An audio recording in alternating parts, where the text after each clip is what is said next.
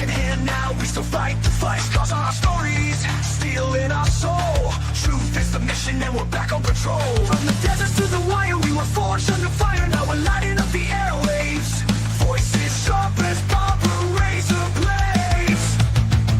We're the tip of the spear, cutting through the noise. Standing side by side with the battle-hardened boys. Reigns in hell, telling truth, we got nothing to fear. This is tip of the spear, the veterans round table is here. Tales from the front line, raw and real.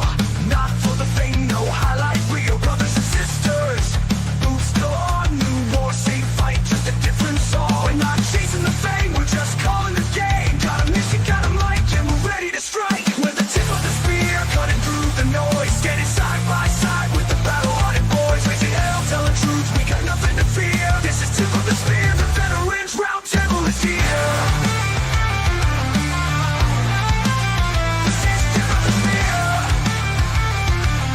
The veterans round table is here. We're not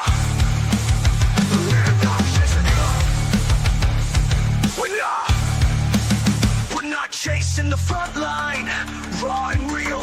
Not for the fame, no highlight reel. Brothers and sisters, boots still on. New war, same fight, just a different song. We're not chasing the fame, we're just calling the game. Got a mission, got a mic, and we're ready to strike. With the tip of the spear, cutting through the noise. Standing side by side with the battle-hardened boys. Raising hell, telling truth, we got nothing to fear. This is tip of the spear, the veterans round table is here. This ain't a show, it's a war room. It's the sound of warriors taking back the narrative. One voice, one mission, we've earned this mic. Now listen, we're the tip of the spear, cutting through the lies. With the strength of the fallen and fire in our eyes. From the barracks to the booth, we stand loud and clear. This is tip of the spear, the revolution is here. Mic check, battle cry. We speak, they can't deny. This is our time, our year. Tip of the spear, we're here. We're not chasing We're not. The veterans round table is here.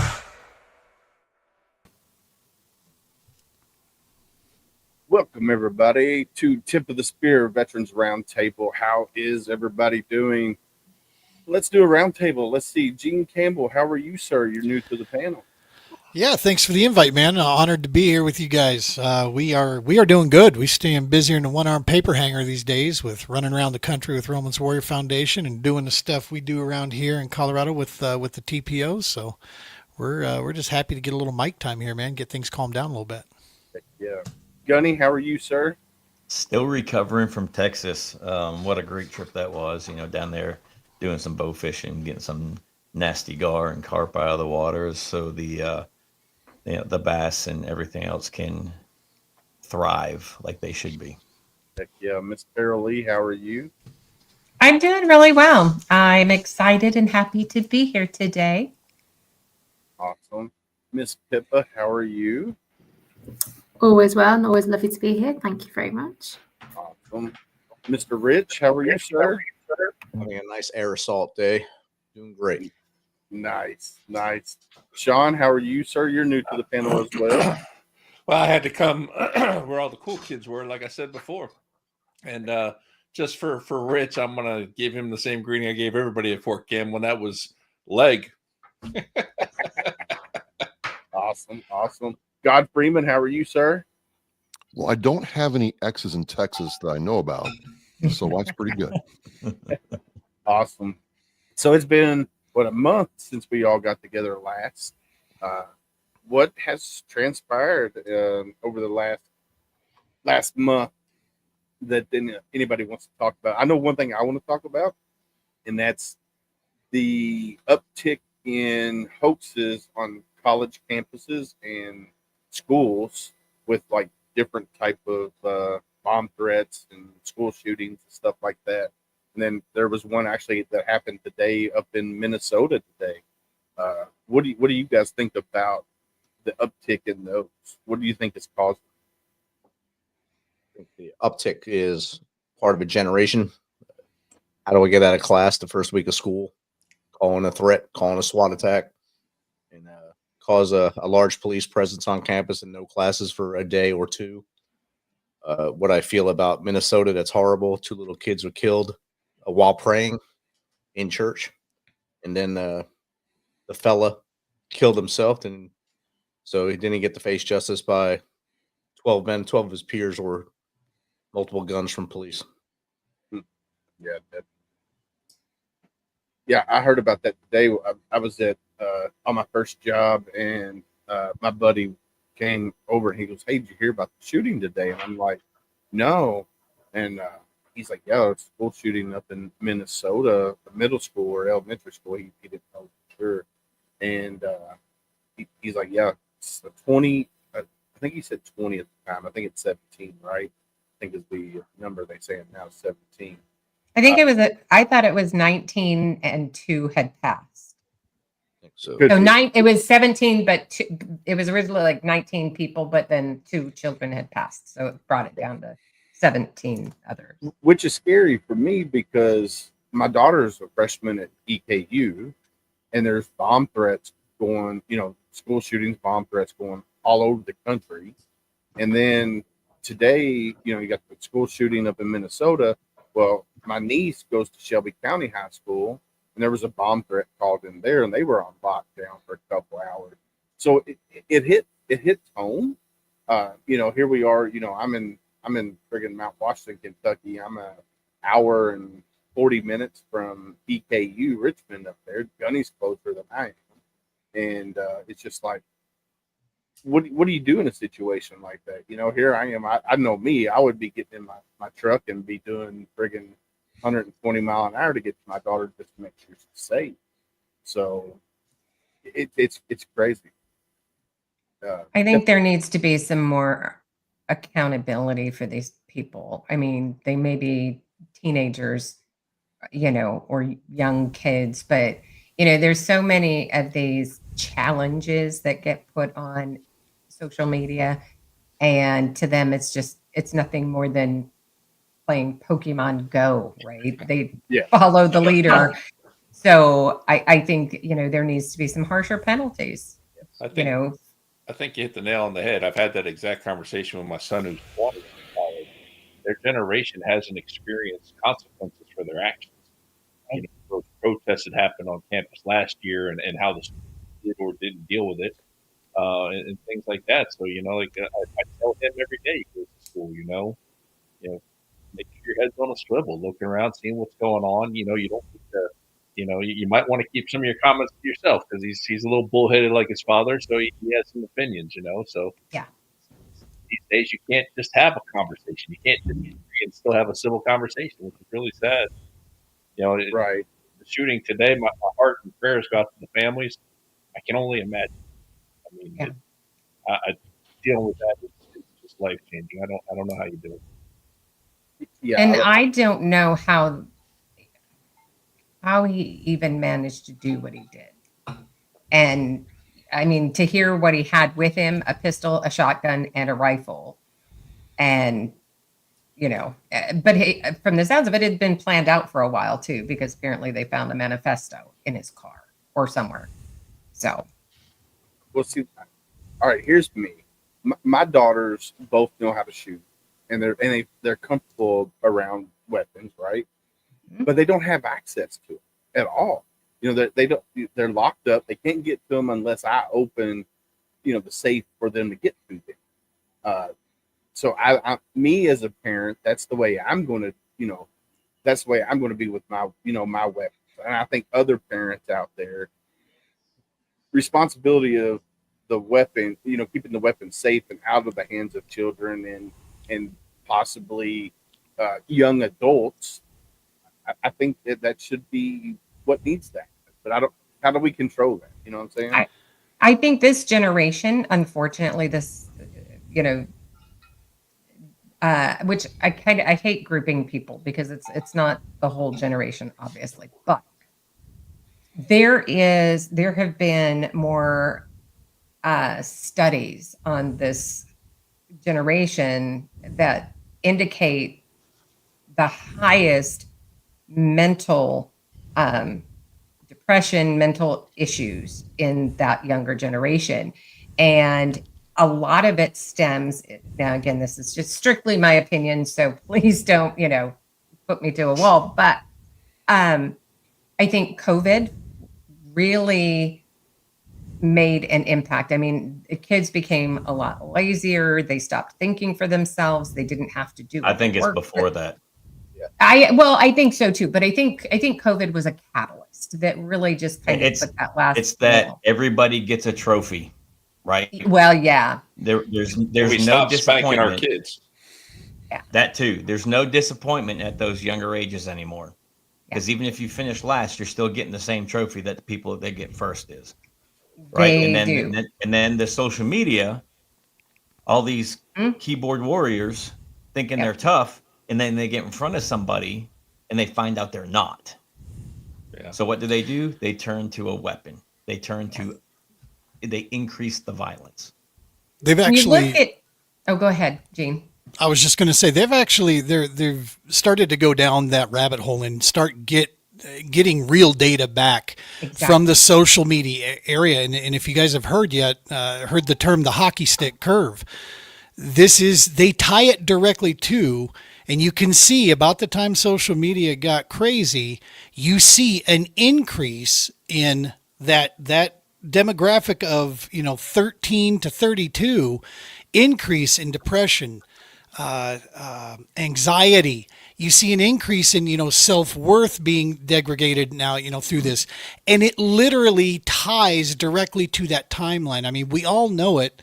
I'm seeing more and more kids out there that are looking pasty as hell because they haven't seen sunlight in the last 5 years.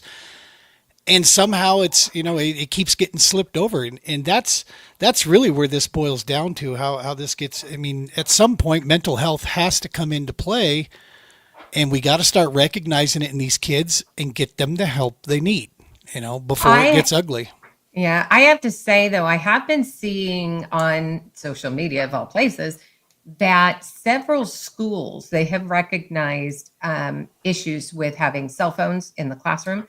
And I've seen one where, they're actually taking this pouch, and that it gets locked. They have to put their phone in it at the beginning of the day. It gets locked, and they can't open it till they get back out of class and set it. It's like some of those magnetic closures that you would find in a department store that has like a tag on it, and you have to set it on there to pull it apart.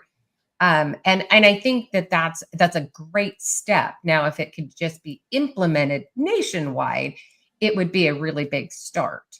Then they're forced to have to engage, because I can tell you that this generation that we're talking about, they don't know how to communicate with one another face to face. Like, I'm telling you, they won't pick up a phone and call anybody. It will be a text where they don't even do generation. I've got guys my age and older than me don't call text. Really? Oh, my God. Are you friggin' kidding me? I told my 20-year-old to call somebody, and he looked at me crazy. I'm like, that thing you play games on? That's a phone. It actually makes phone calls. But I think ridiculous. There's, to me, I refer, it's multiple generations to me, because I always call it the GTA generation, the Grand Theft Auto generation. Is all these. We talk about isolation. Most of us have had that conversation right now. Veterans die because of isolation. Right. Same thing's happening with these kids. But then you throw in these video games and stuff like that where, and I use GTA as an example. It obviously isn't the only one out there, but you can, have sex with a prostitute, then kill her. And then, you can kill people, steal cars. And they're playing this and living this. And then they're desensitized to it. And they think that they can go do that in real life. And, some of these kids in the long run are really going to find out how difficult it is to live after you've pulled that trigger, and dealing with the psychological impacts and things like that. Because to me, I just think they're desensitized to it, and they think they can just go do it, and there's not going to be any consequences. They also get a lot of talking to, because when they're playing video games, most of the time they're on a Discord, which is kind of like it's a chat group, but it's audio, right? So they can talk back and forth. Right. And I ran into this with one of my kids, right, where they're talking about stuff, and he's mad at me for grounding him or whatever, and they're telling him to leave the house, to run away, stuff like that. So they're, and you don't even know who they're talking to. Some of these people are way older, and you've got these impressionable young kids, and Yep. they think, well, that's an adult who's telling me to do whatever, and I should just go do that. I think Let's there's hear what It's our not even the social media, it's the friend group, period. So my nieces, neither of them are active on social media at all. They are heavily involved in the church, and the oldest one had a boyfriend. My sister-in-law asked the oldest one, hey, can you go grab my phone real quick? And the boyfriend has gotten her head so much that she turned to her mom and said, I'm not your slave. You're not getting free labor out of me. Go get your own phone. Well, let's see what And this I'm like, clip are of- you friggin' kidding me? Yeah. And it had, and it's been to the point where the boyfriend's been like, just leave. You're 18, you're 19, just leave. I mean, hello. It's not just the social media. It's the friend group, period. That's when the college fund turns into a boat fund. Yeah. So, Miss Pippa, what were you going to say? So my reflection on all of this is, if me, no matter what age you are, there is a perpetual struggle between autonomy and connection. And we all want to do what we want to do. We also need connection. And when you get that balance wrong, and it's more obvious in the younger generation because they grew up with what we didn't have, this social media. I mean, I'm so grateful I didn't have computers and social media growing up. But Yes, it's a same. real privilege, I think, now to have that. I never But- would have but- seen Gunny. When you have this kind of thing of like, all your friends are online, that's your connection, but they're telling you to be autonomous, and you have this complete disconnect between the real world and how things exist in this online world. And so that leads to this misconception of, like you said, you can go out into the world and think you're really hardcore and then piss your pants the first time someone confronts you. That leaves you feeling very unempowered, very fragile, very weak. And hey, I can access weapons. Let's go do that. And now I feel like a big, strong person. But it's always that struggle between autonomy and connection and trying to find that balance. Well, in the real world, their thinking is Facebook, right? And Twitter and Instagram and all of that. That is not the real world. That is not somebody right there in front of you, and they don't recognize that. Yeah. And That's also, their real world. And the social media owners don't allow their children to use social media, is what I've heard, whether that's true or not. But it wouldn't surprise me because they know exactly what they're doing with the product that they're putting out there. Yeah. It's poison. I mean, we've all seen the videos of people in the airport or on a plane, and they're like, do you know how many followers I have? No, and I don't care. Act like a normal human being, act cordial, be respectful. No one cares about how many followers you have other than you. You're the only one. Too many people in this, and leave it to me to redneck it up, but it just goes back to the not growing up in a time of talk and get hit. You know what I mean? We all can think what we want to think of somebody, but back in, at least when I was a kid, you thought twice. It's like, all right, if I say this to dude or about dude, it's going to get back to him, and you had to reconcile that in your head going, all right, I'm cool with that. I guess I'll deal with it. Or I don't want to deal with that. I got in fights in high school. I got in fights in the Marine Corps. I got in fights with my roommates in the Marine Corps. Yeah. Same. The kids nowadays, they treat a fist fight like it's some sort of domestic terrorism, and that's just ridiculous. At some point, you got to work this stuff out. There's a whole list of things that can be put into the problem with this. Social media, it's the devil. It can be awesome or it could be the devil. But these kids today, when we were kids, just like you were saying there, Gene, if you had a problem in school, you settled it in school. You didn't bring it home. You didn't bring the bully home with you. Now the kids bring the bully home with them, and it's in their face because they don't want to miss something. So they're going to keep getting bullied for 24 hours a day, and that gets in their head. And then what do? Oh, I seen this thing like Sean said on Grand Theft Auto. I can go in there and just take one of dad's weapons and beat the crap out of this kid in school, and I'll be okay because I can just respawn and I'll be okay. I won't be in jail. But no, then reality hits you, and your mom and dad are not picking you up from the clink, or you're dead because you don't know what you're doing in life. And you got to get at it. You can't go to a restaurant right now and see a family that's not all looking at a piece of a computer or a tablet.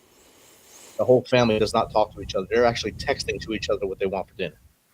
It just We were on a cruise back in March. The media package, the social media package, the internet package is not cheap by any means. The 3-year-old had full access to whatever she wanted to watch because it was keeping her quiet on the cruise. You know? One of the things that just kind of popped into my head, and of course, are the immunizations, with the talk that, some of those, since they really started pushing immunizations back in the 80s or late 80s, 90s, I guess, where, it's caused more autism, things of that nature. What kind of imbalance could those also cause for kids?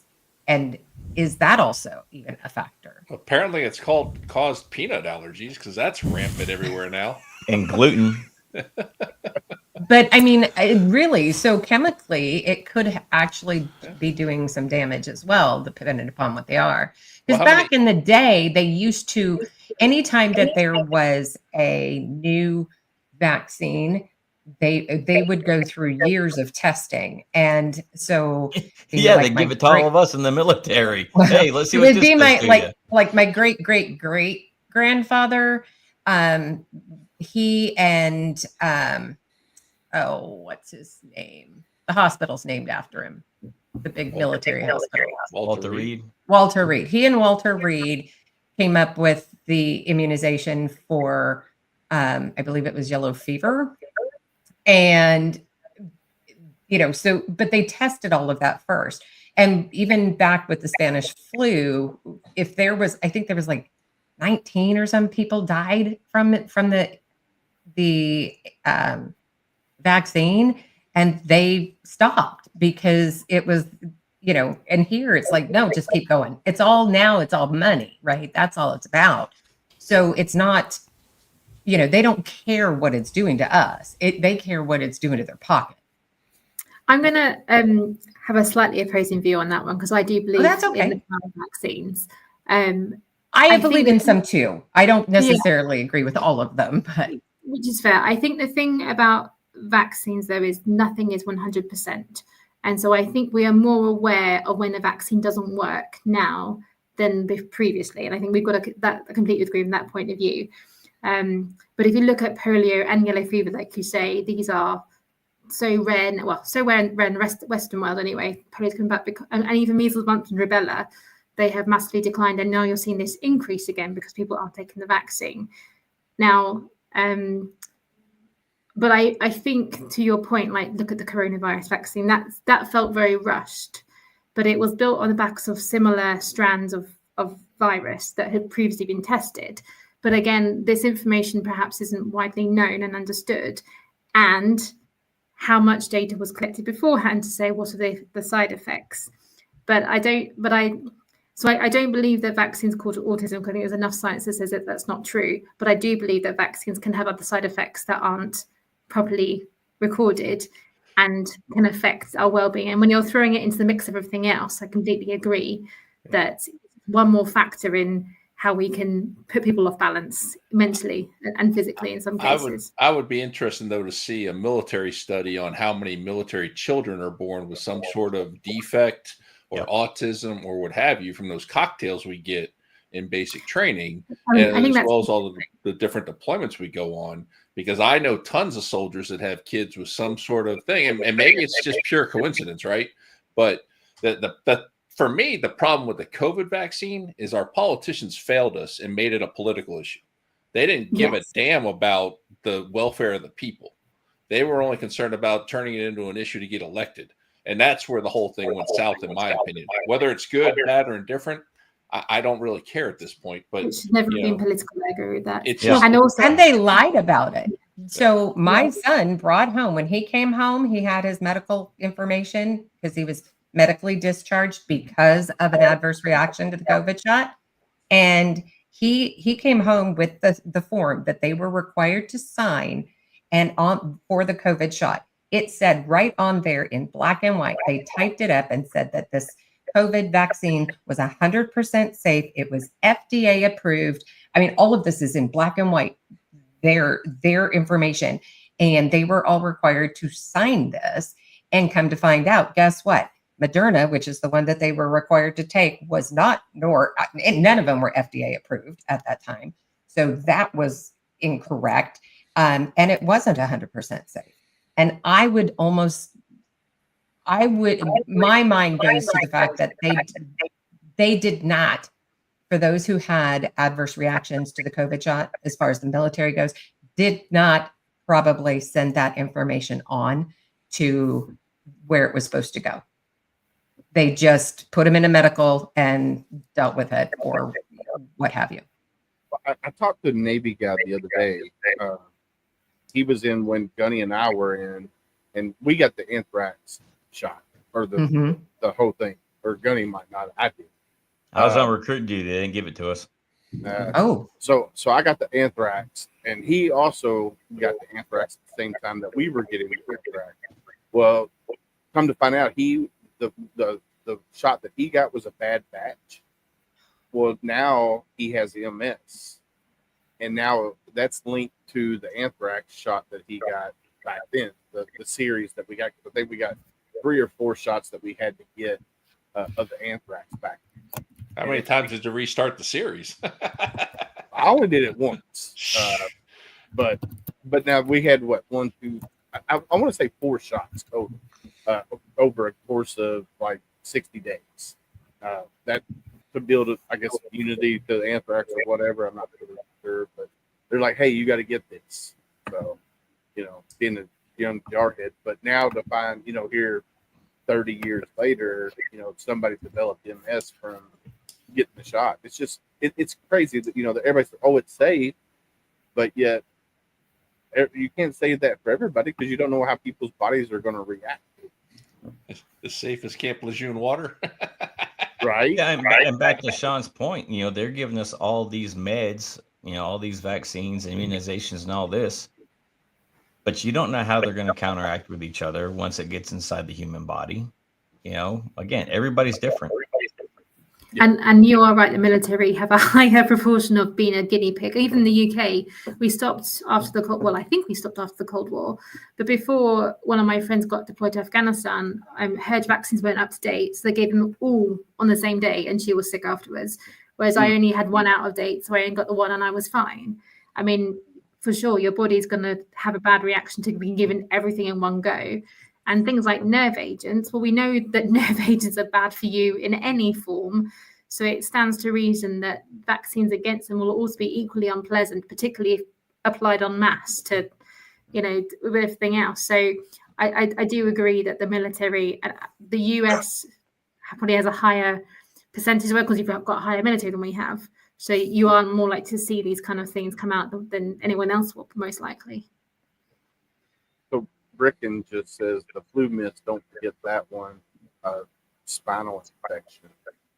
So, yeah, when I go to the doctor, whether it's the VA or my local doctor, my primary, they're like, what do you want to get the flu shot? I'm like, no, I never get it. I don't ever get it, They still ask me, and I'm like, I don't get it. I don't get that. They're like, well, do you want any COVID boosters? I'm like, no, I don't want that shit either. It's just like, if I don't need it, I don't. Yeah, I'm not getting it. The flu isn't an active right thing. So they're actually injecting the flu into you with that friggin' mist or the shot or whatever, just to boost your immunity for what the next year's strain might be. Right. But it's only like 30%. Right. Yeah. Yeah, but it's still an active, virus that they're injecting into you. So that's the only time I would get sick when I was in the Marine Corps, is taking the flu shot. And then after I get out, I'm like, nope, I don't have to do it anymore. Nope. Not doing it. They'd always give it Not to at us all. for Thanksgiving. So we don't Yeah, get- yeah, right before Thanksgiving or just before you go on Christmas leave. That's horrible. Yep. every time. Yeah, every time. But So- they want you to take your leave sick. Exactly. Right, yeah. I'm going to steer this conversation a little bit different. All right. So here's an article from BBC News. German cabinet backed voluntary military service opening door to conscription. So this was 6 hours ago. Germany's cabinet has passed a draft bill which will introduce voluntary military service. The bill could also lead to conscription if more troops are needed. So I'm assuming that in Germany you had to serve in the military, and now they're saying that you can do it voluntarily. What are you guys' take on that? So I'm gonna give you mine. I think here in America, I think everybody should serve at least 2 years in the military right out of high school. That's my personal. There's a lot of people that don't agree with that, but that's mine. It's either military service or go straight into college or trade school. That's the way I think that should be. Well, there's several countries that have that mandatory requirement, and it may work for them, it may not. I think part of what makes our military great is being an all volunteer service. And I think requiring people to come in, you'll see a lot of impacts like you had with the draft for Vietnam, where you get people who just don't want to be there and they're going to be nothing but a pain in the ass the entire time. And, it's just, one of those things that I don't know that it would work out very well. But I will say in the same breath that I think if you're going to be president of the United States and commander in chief of the military, you have to have served at least, in the Guard or something to have some sort of experience with what the military is, as well as being on like any of the committees, like Armed Forces Committee or anything like that. Yeah, I would agree. At the very founding of this nation, it was never stated in the beginning that everybody should have a right to vote. Right? That had to be changed over the course of years.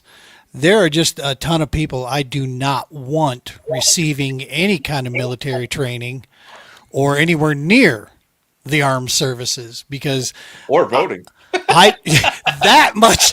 There's a lot of logic in that of going back a little bit. Oh, goodness. But one of the things that, as a very unapologetic, patriotic civilian, I take pride in the fact of knowing the men and women that are standing on the wall of the United States of America. I know that they are the finest fighting group and some of the finest people that I've had the chance to meet. There's a lot of goofballs out there too, but you know what? When the shit hits the fan and it's time to go, I'm very proud of who it is that's taking care of life and liberty for us around here, and that comes from, in my opinion, as that was a choice to go and stand for something higher than yourself. So When you look at the numbers for the U.S., right, and as far as those who have enlisted, every single branch exceeded their quota, 4 months early this year. I mean, and I was going to say back now. I clarified. But that's they true. You reduced go back. the numbers to reduced affect it. that, to change that, because nobody was meeting mission except for the Marine Corps, and the Marine Corps was barely making it at the end of the year. Right. Very last quarter, very last month, and they're making it, and everybody else was not. The Marine Corps has lowered their numbers. We got rid of all of our tanks. We've got rid of Osprey squadrons. We got rid of infantry squadrons, right? So all those numbers are going down. Retention is going down. People are getting out, especially those guys and girls that did back-to-back deployments to Iraq, Afghanistan, Syria, to the boat, wherever. So yes, they all made mission. Great. But they lowered the end state mission number to make that mission. That number was dropped last year because of that problem, and now this year it is up. But I have seen here re-enlistments are up exponentially here on Fort Campbell. Yeah. Everyone's making an exceeding mission here on Fort Campbell because people want to stay in now with what's going on, and they see a better light forward than they had in the past, so they're staying in. So that's one good thing. But like you said, the numbers were drastically reduced. Yeah. But I'm curious what the retirement change is going to do as far as the long-term impact. I haven't seen anyone complain about it yet, but we'll see. I know that just in one county in Tennessee, one high school, there were over 40 seniors, 40 graduating seniors at this high school, all different branches that had signed up. 40 in one senior class. That's huge. I mean, you don't see that hardly at all. Or, I mean, I can say I've never seen that, but I was impressed. I was a recruiter for 3 years and I never saw it. Yeah. You know, I pulled 5 guys out of one school. That was the most for me. Right now, the Army had 3 or 4 in there, and then the Air Force had their 1 or 2. I don't even know if the Navy might have had 1, maybe. You know, so we're talking about 10 guys and girls from a class of 300 plus. Yeah. Yeah. I mean, to me, I think, yeah, there's a lot. And I guess technically it'd be a cousin.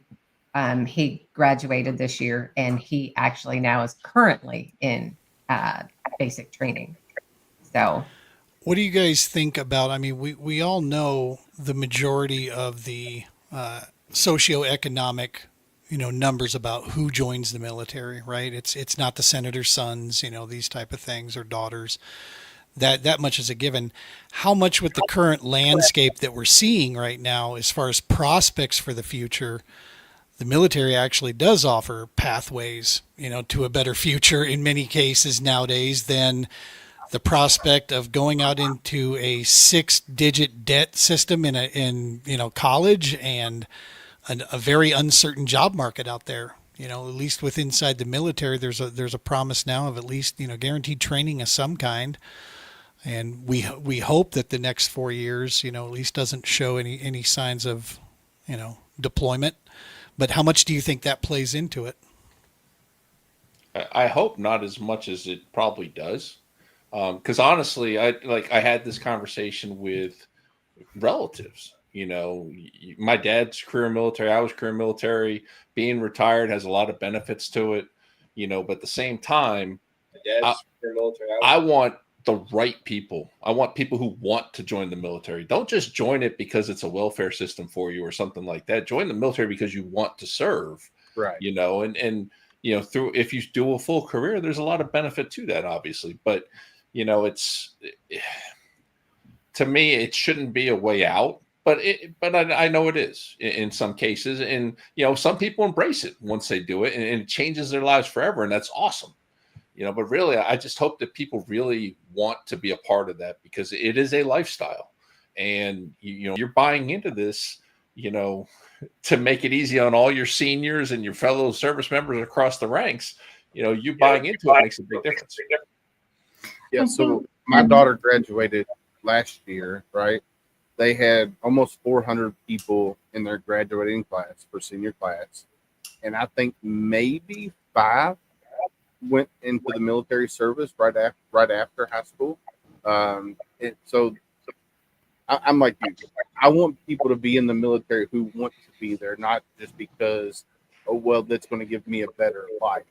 You know, you need to go in the military because you want to go in the military. That's like, I knew when I was 9 or 10 that I was going in the military when I graduated high school. That was just set in stone from that early on in life. So I'm like Sean. I want people that join the military because they want to be there, not because it'll help them.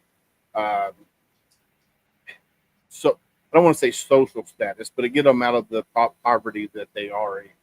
So, but to be fair, you don't know what you don't know, what you don't want, or what you want necessarily when you're that young anyway. And you know, Willis, as far as, you know, and everybody who has a veteran podcast knows, I mean, I always ask the question, what was it that made you decide to go? And it's kind of 50-50. Some of them, you know, they didn't know what they wanted to do with their life, so that's where they went. Some of them knew that, you know, they'd never get a foot up because their family was poor, and that's why. But then they went on and they had very long careers. And so, for me to say, well, you shouldn't join if it's just for the money or just because you're going to get, a GI Bill or something. I don't know. For me, I don't know that that's fair, because the fact of the matter is it's volunteer, right? Yeah. And if you don't have people stepping up for whatever the reason is, then it goes back to a draft and you don't have a choice. So I'm happy that people are. I think you're always going to have that. I'm just saying, in the long run, for me, the people who joined because they wanted to serve were better soldiers for me as a senior leader, and like the one relative that I saw getting pushed to go wasn't going to be good for anybody, and I already knew that going in. So I was trying to talk them out of it, unless you really want to do it, don't do it. But I agree with you. I mean, how we all know people who it turned their life around. It changed their trajectory and everything, which is just fantastic. But I would also say that they bought in at some point. Yeah. And we also all know those senior leaders that they just stayed in long enough to get promoted and they were still dirtbags. And so I think you're going to have that in any kind of job setting. It doesn't matter. What do you got, Miss Pippa? So I think the US is in a very unique, fortunate position because you still recruit, you still have recruiters from the services. So in the UK, we are understaffed. And I put a lot of the blame on the fact we outsourced our recruitment to companies like Capita, or like we call them Crapita, who don't understand the military process, who reject people for things we wouldn't reject them for because they're doing a tick box exercise. And you need to do the holistic process. And I used to run the London District training during my training battalion years.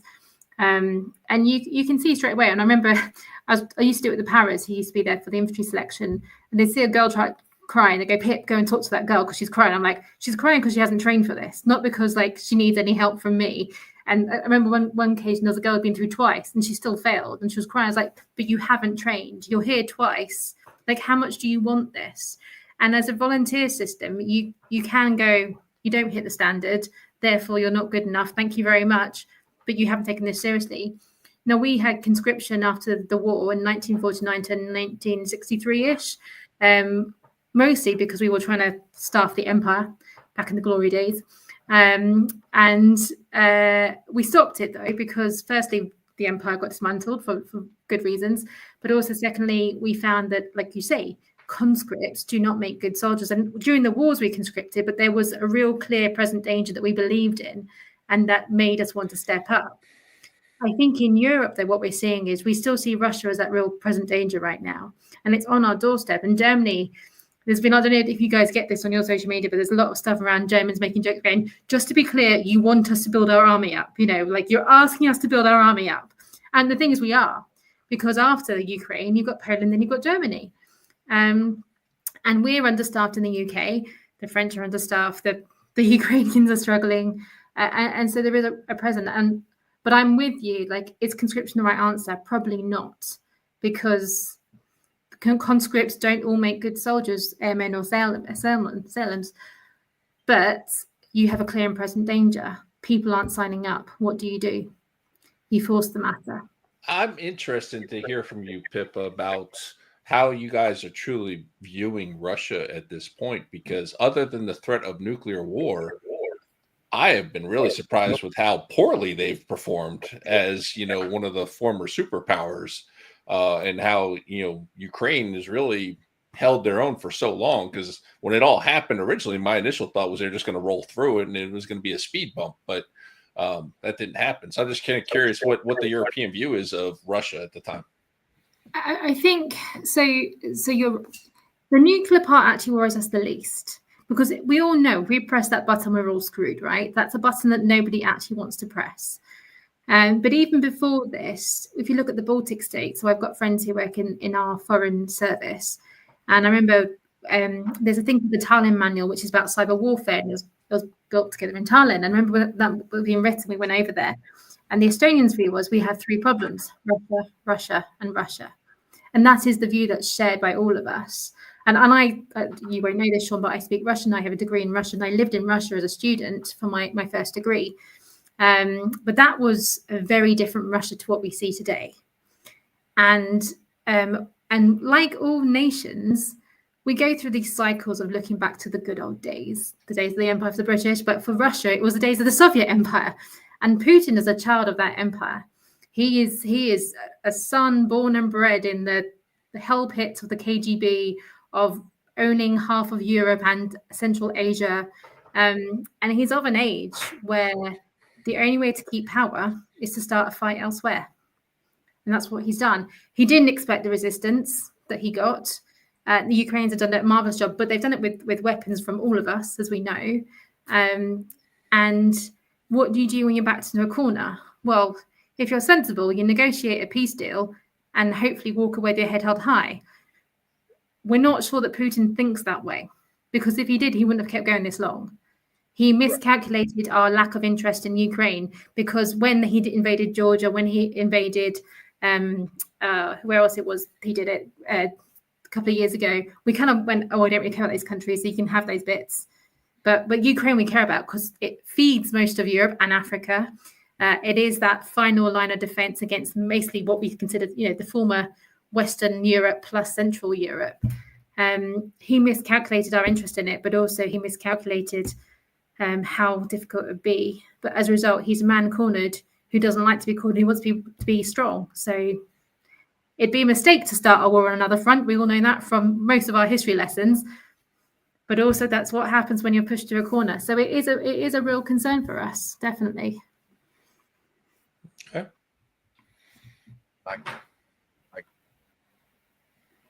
Oh man. So any other good news? I was trying to find some good topics here. Do y'all remember when the F-35 pilot ejected before the fiery crash? I forget when it happened. Let's see. I'm trying to remember. So August 20th of 2025. Do y'all remember when that F-30, a U.S. Marine Corps F-35B Lightning II takes off during? That's when it. I'm assuming it's when it crashed. But there's an article here that's on military.com. This F-35 pilot was on phone for nearly an hour with engineers before ejection and fiery crash.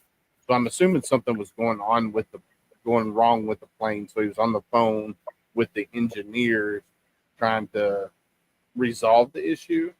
So January 28th is when the actual crash happened. Let's see, up in Alaska at Easton Air Force Base. That's the presumed good news. But anybody hear about that other than what's here?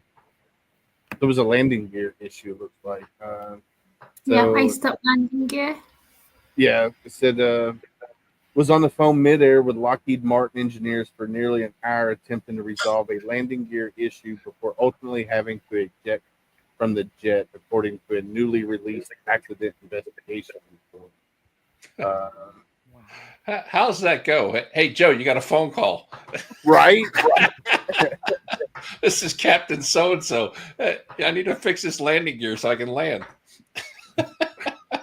Hold my beer. Yeah, hold my beer. Mr. Ty Cobb, welcome in, sir. What's happening, man? How's it going, brother? Having issues. Can't get You're having issues. Yeah, I can't get my StreamYard, my podcast computer to work, so I'm on a backup. Oh man, yeah. StreamYard's having some issues.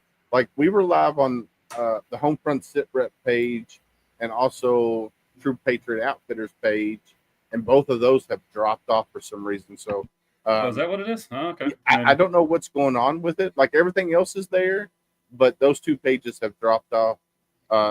So yeah, I don't know if something's going on with StreamYard. And Me last night too. Did it do you as well? While we were live last night, it gave me 8 minutes of live on 2 of our Facebooks. See, that's I'm wondering what's going on with that, because I reached out to Adam, of course, Heroes Media Group. I want to give a big shout out to Heroes Media Group. I told him about it because on Monday night it dropped the HMG page that we were live on, and it was only live for 8 minutes and 37 seconds. It's exactly what happened. 37. So something was going on. Something's going on with it. But, We're being here- shadow banned by the man. Man, yeah, maybe. damn the man. Damn the man. All right, so this is for all the Marines out there. This is from taskandpurpose.com. Marine General will return to Paris Island 40 years after graduating.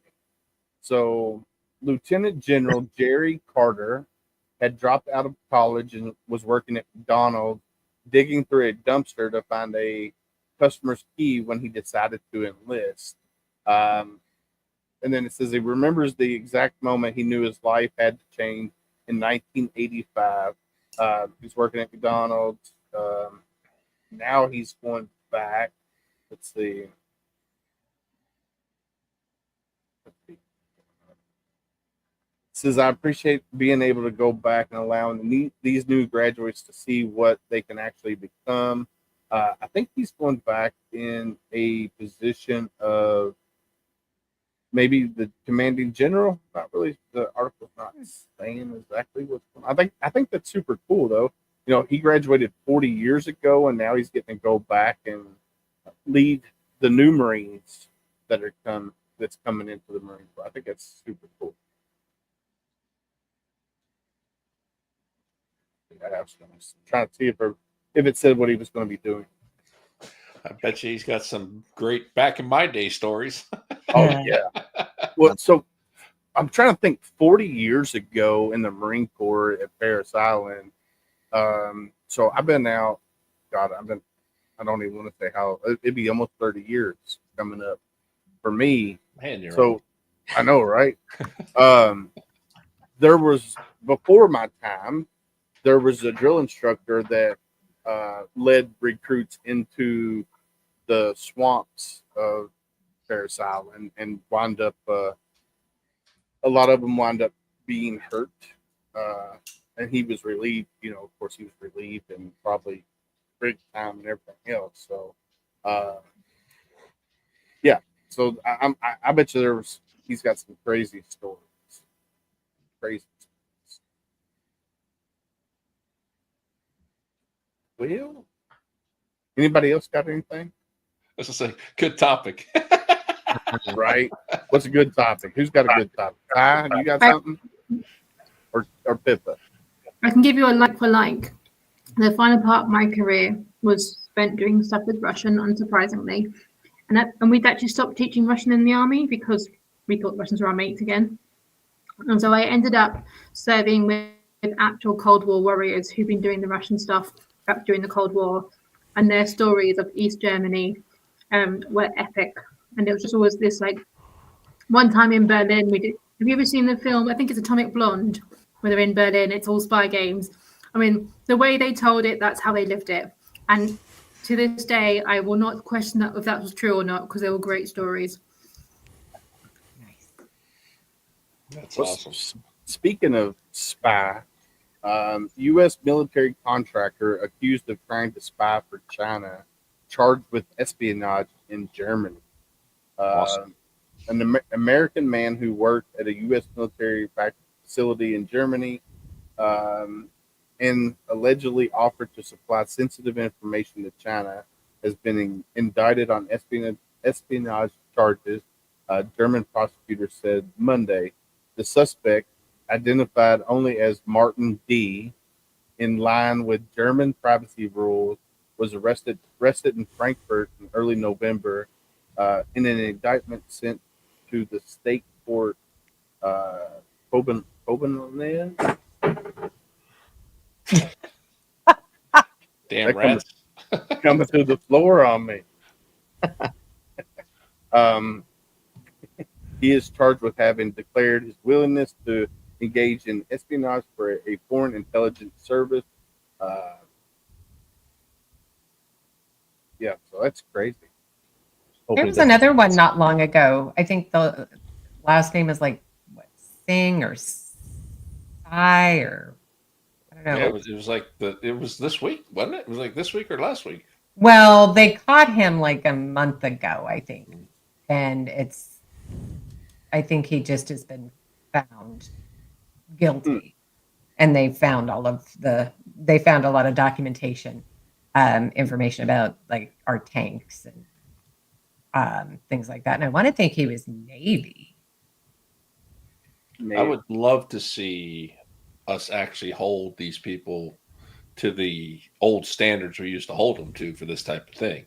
But like, I remember when Bergdahl did all his stuff, you know, and now he's what, in a women's prison now or something? I don't know where I mean, Josephina now. Yeah, why is he even breathing? That'd be my question. You know, and Bring back the yard arm. yeah, but at the same time, look at what our politicians are doing. You know, and it's like, how can you have a separate standard? You know, the half the stuff that I've seen on there are things that we would have been court-martialed for, you know, and thrown Leavenworth. But it's just ridiculous. And keep secret documents laying around the house. Use it as a coaster. You know, it's like it's crazy. It all goes back to accountability. Throne reading. Yep. We had a Intel sergeant arrested here, I think 2 years ago, and convicted last year for espionage for China, and he did it for like $15,000 so he can get parts for his car. Oh my! What? He wanted to be a racer, wanted to be a street racer, so that's what he did it for. That's I mean, I don't condone any kind of that behavior, but if you're going to do it, at least make it pay. Yeah. Like, We are not advocating for anybody listening. This is not, No, you sorry, do it at I'm all. helping Willis. But if you're have gonna to do learn- it, yeah, go good watch joke, some of good those joke. old documentaries about the guys who brought in millions. You know, La la la la la. We had a guy recently. He wasn't intelligence. He was actually signals, but he thought he was intelligence.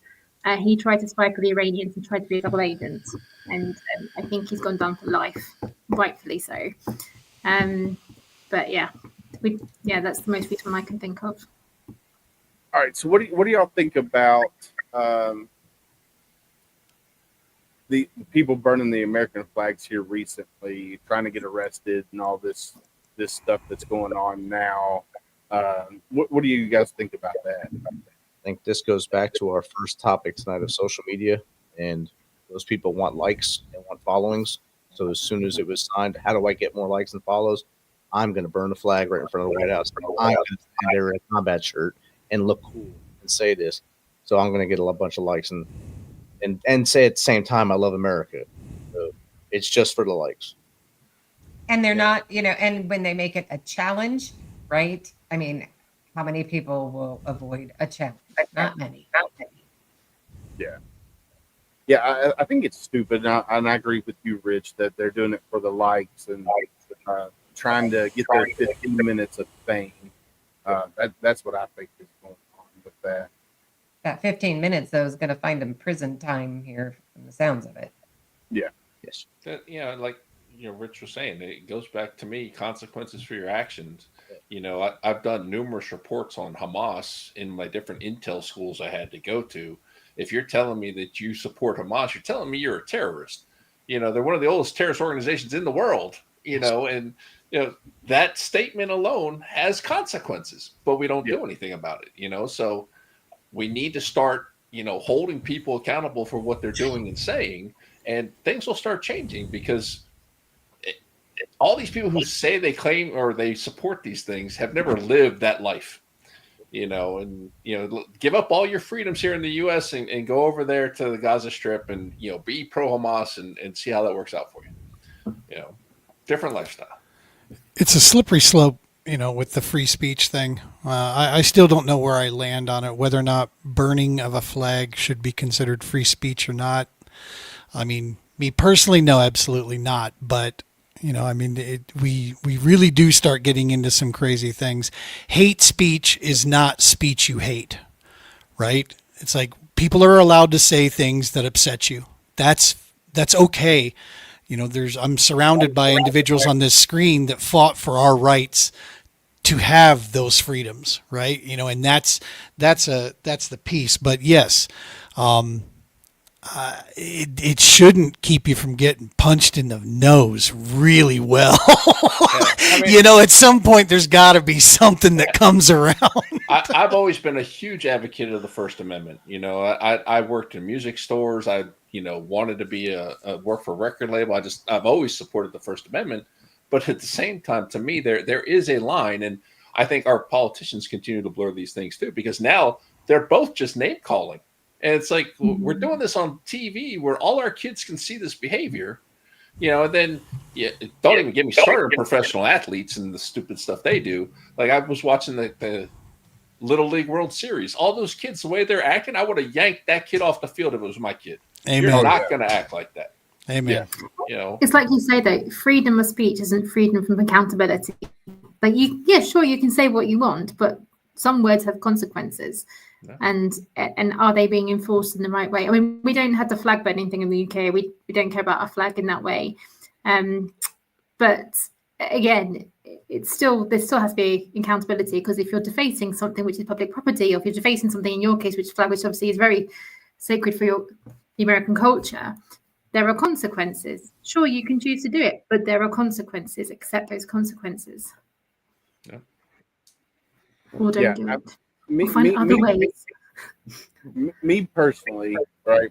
All right, let's go back to when people were kneeling during the national anthem, and the big spill. Trying to get my blood pressure up tonight. Right. So, here we are. We're veterans, right? We fought for people's rights, their freedoms here in America, to keep those freedoms. A lot of people were, pissed off that Colin Kaepernick was kneeling for the flag, and all these other people, all celebrities and stuff. I'm like, look, I fought for their right to express their whatever. If they want to kneel for the flag, that's their choice. I'm not going to do that. That's just like burning the flag. I'm not going to burn that flag. Now, if somebody was out in my street right in front of my house and they were trying to burn the American flag, I would probably go stop them. That's just what I would do. That's me. But now, do they have the right to burn that flag? That's a slippery slope. I mean, they can do it if they want, but they also have to face the repercussions, the cause and effect of it. So we'll see. I think being a veteran or being associated with the military, you have a unique view of the world, which I don't know if privilege is the right word, but it kind of is a privilege, because you see the world at its best and its worst, but also you have given up your time, your life in some cases, to fight for these ideals. And I remember when I was in Afghanistan in 2011, there were riots in the UK, and I was so angry because we had boys and girls getting killed, fighting for their right to riot, essentially. And it's a hard one, because, like you say, I truly believe that we are very privileged in the Western world, in particular, with the freedoms we have, and I wouldn't want to change it for anything.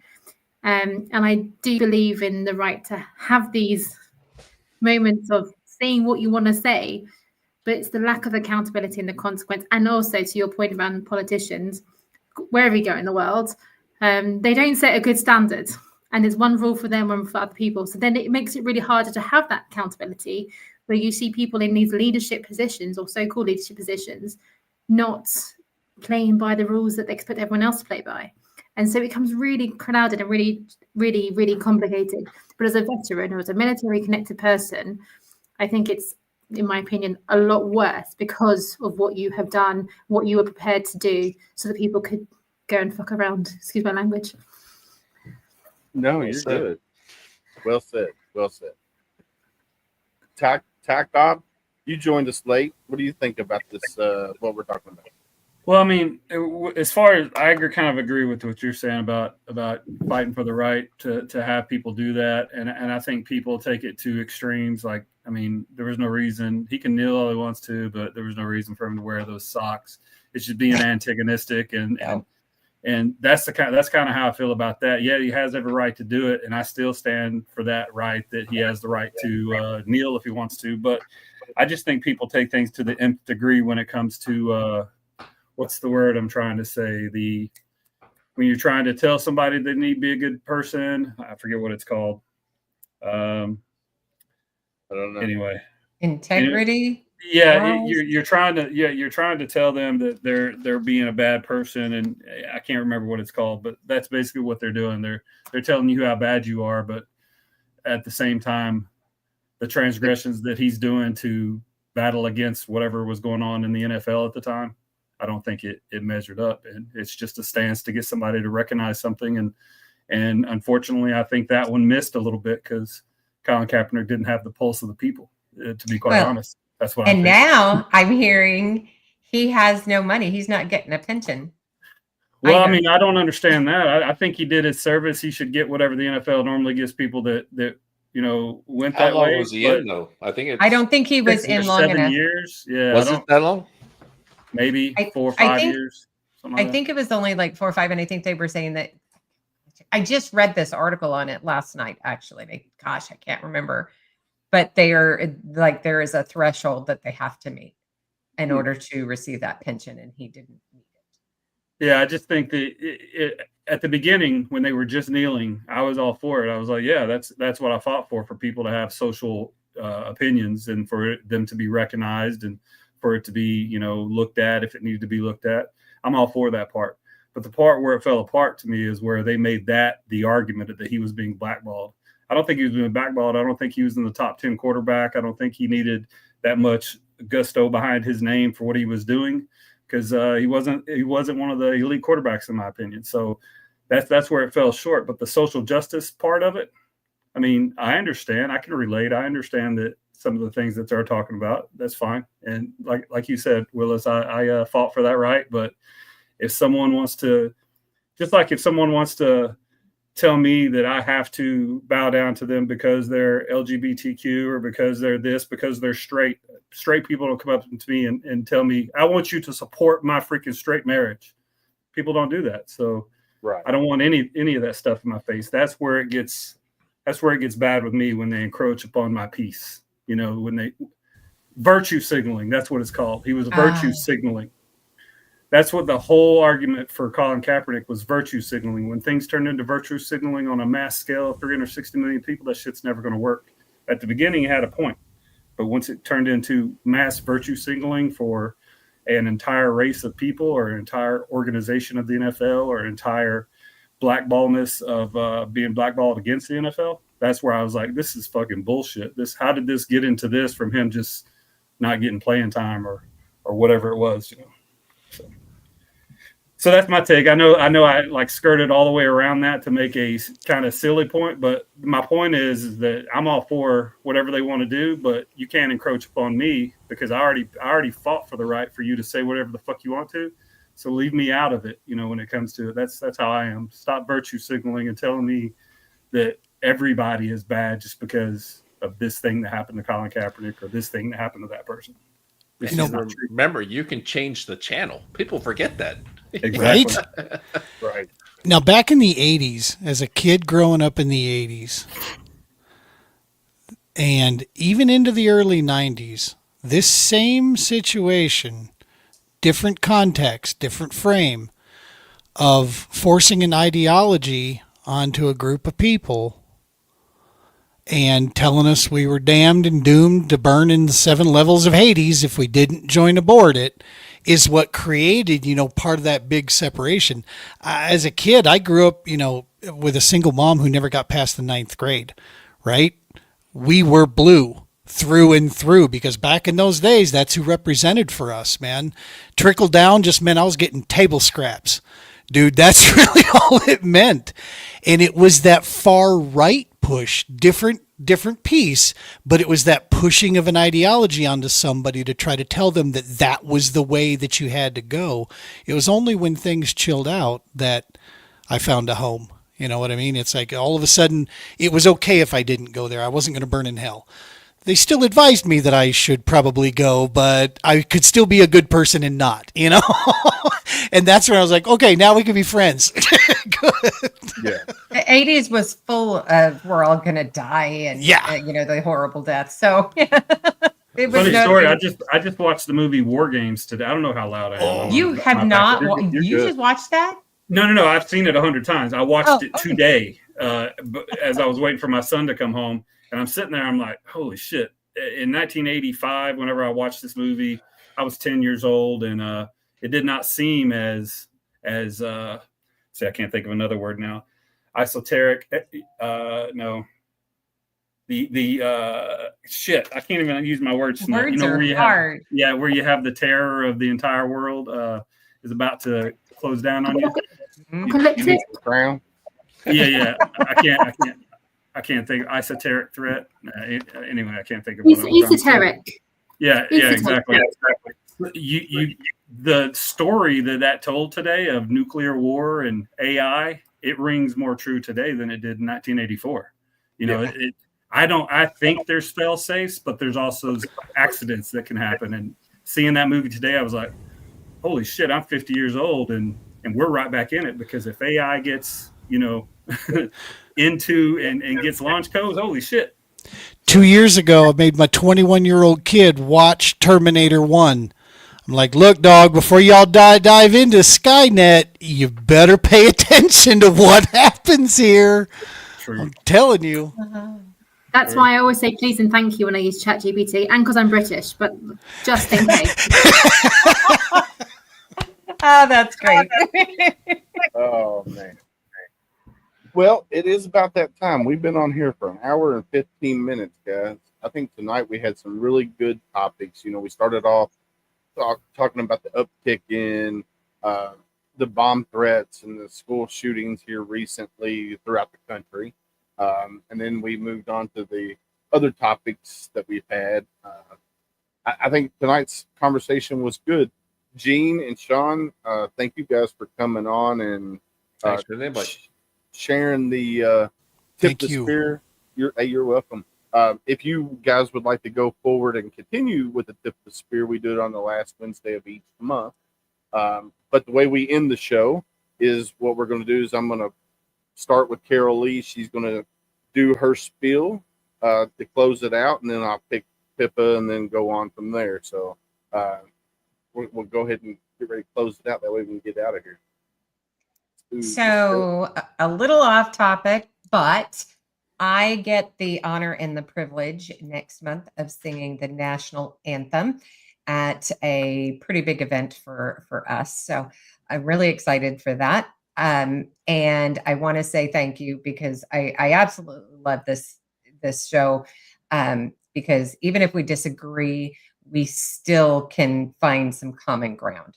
And it's a matter of listening and communicating. So want to thank you, and just, keep your head on a swivel. Amen.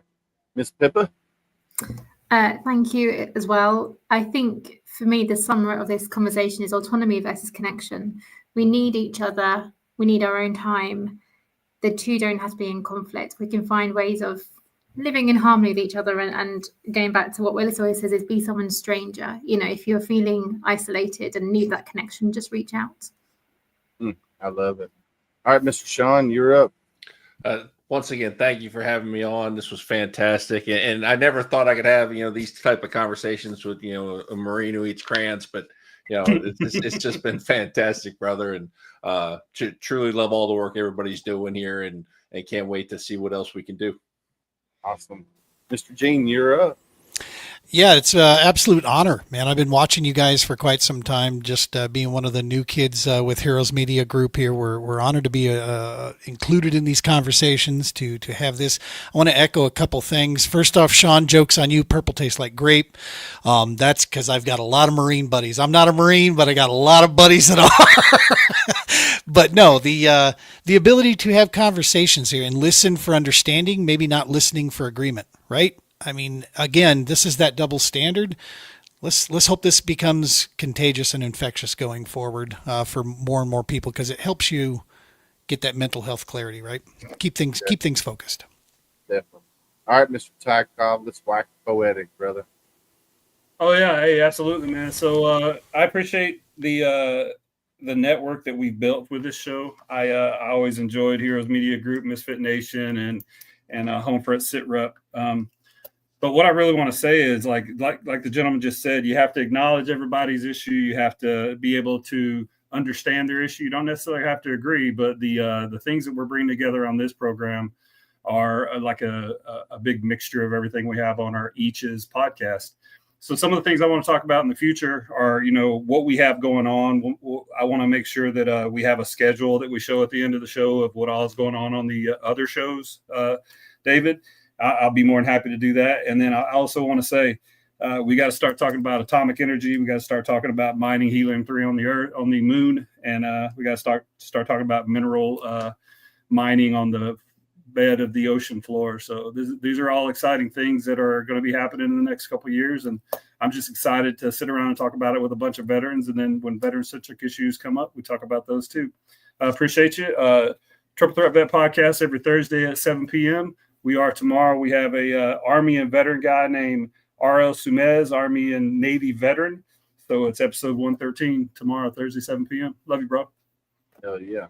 Love you too, brother. Love all you guys. Thank you guys for coming on here, and thank you guys for making Tip of the Spear what it is. And I love that we can all have our own opinions and still get along afterwards. We learn the more we talk about different things, and the more we see other opinions and others' opinions, the stronger we become as humans. And I want to say, hit this right here. Listen, guys, you're not alone. If you're out there and you think you are alone, you're not. I'm just going to read this right here. In the silence of your struggles, remember, though unseen, you are deeply held in the hearts of others. You are not alone. And Pippa said it a while ago. Hashtag be someone stranger. Listen, we as humans, we're more apt to talk to a complete stranger than the ones we love the most.